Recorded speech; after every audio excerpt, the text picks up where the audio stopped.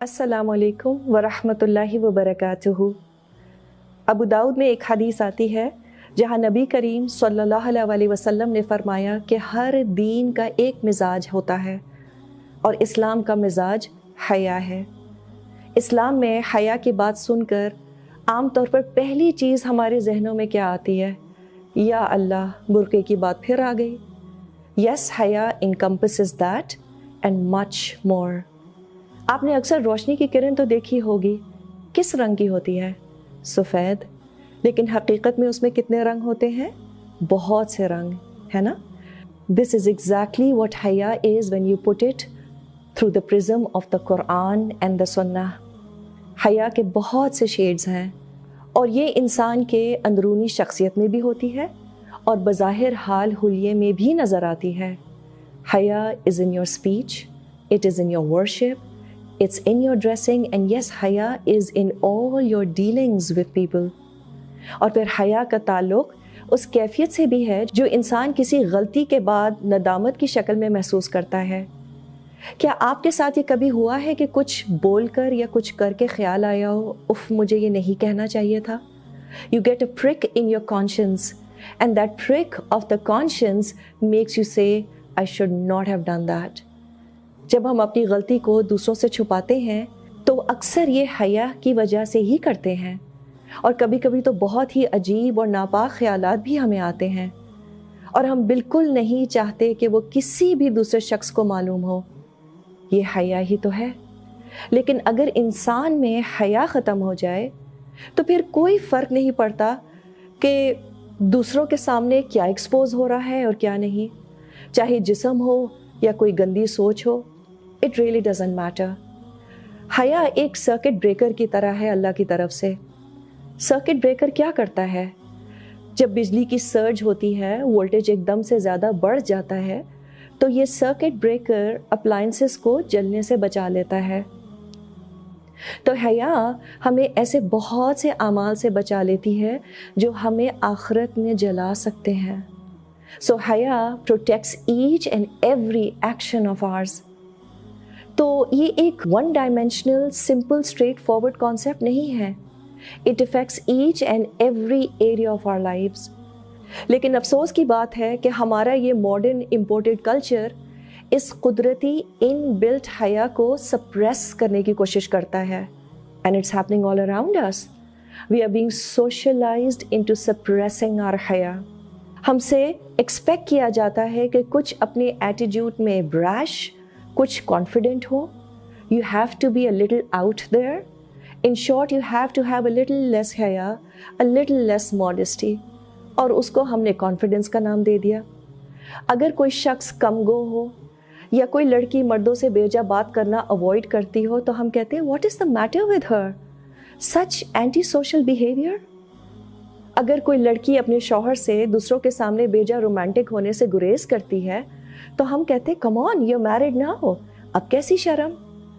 फितरतन हमें कभी अच्छा लग सकता है कि अगर हमारे माँ बाप हमारे सामने यूँ बिहेव करें, तो वो भी तो शादीशुदा हैं। वी से एव। क्यों अच्छा नहीं लगता? क्योंकि अल्लाह ने हमारी फितरत में हया इनग्रेन की है। हम वेस्ट से इतने इन्फ्लुएंस्ड हो चुके हैं कि हर चीज़ को इस्लामाइज करने की कोशिश करते हैं, कोट अनकोट दीन दुनिया साथ लेकर चलने की कोशिश करते हैं, और इस डेस्परेट अटेम्प्ट में हम कभी कभी अपने दीन के मिजाज पर कॉम्प्रोमाइज़ कर जाते हैं। हर चीज़ का इस्लामिक नेमुल बदल निकालना फ़र्ज़ नहीं है। अगर वेस्ट में गैर शादीशुदा मर्द और औरत रोड्स पर खुराफात का मुजाहरा करते हैं तो हमने सोचा कि असल इशू तो शादी ना होना है, और शादी के बाद अब हम जो चाहें और जिसके सामने चाहें अपनी मोहब्बत का भरपूर इजहार कर सकते हैं, बिकॉज वी आर इन अ हलाल रिलेशनशिप। फिर हया के बारे में एक और गलत फहमी ये है कि ये सिर्फ औरतों के लिए है। ये जो वर्ड है मॉडेस्टी, कभी गूगल सर्च करके देखिएगा, एक भी मर्द का इमेज आपको नहीं मिलेगा। इन इस्लाम हया is a characteristic that is highly valued in both men and women. नबी करीम सल्लल्लाहु अलैहि वसल्लम उस्मान रज़ियल्लाहु अन्हु की हया का जिक्र किया करते थे, और जी हाँ, हया का ताल्लुक बिल्कुल आपके ड्रेस कोड से भी है। Please remember that your faith, your iman and your haya should manifest. If that isn't happening, then there is something seriously wrong. If there is haya inside, it will show on the outside. تو اگر آپ کا حال حلیہ مسلمانوں والا نہیں ہے تو یہ حیا کی شدید کمی کا اظہار ہے. A very serious lack of haya. And there is no other words to explain this. It may sound very direct, but that is how it is. Haya in the inside will manifest itself on the outside. It's not possible that it doesn't. اچھا، کیا ہمیں اپنا ایمان کا level رمضان میں بہتر محسوس ہو رہا ہے؟ What is the reason for the sudden boost in ایمان؟ پورا ماحول کنڈیوسو ہے الحمدللہ. Good stuff is happening all around us. نیکی کی طرف دل زیادہ مائل ہوتا ہے اور انسان نیکیاں کرتا بھی زیادہ ہے. تو ہمارے اعمال ہمیں ضرور بتاتے ہیں کہ دل میں ایمان بڑھ رہا ہے کہ نہیں. So it's not possible that you are doing whatever you please and flouting Allah's commands and yet you claim to have great deal of ایمان. اور اللہ سے حیا تو دین کی بنیاد ہے. The first entity that requires حیا is اللہ سبحانہ و تعالی.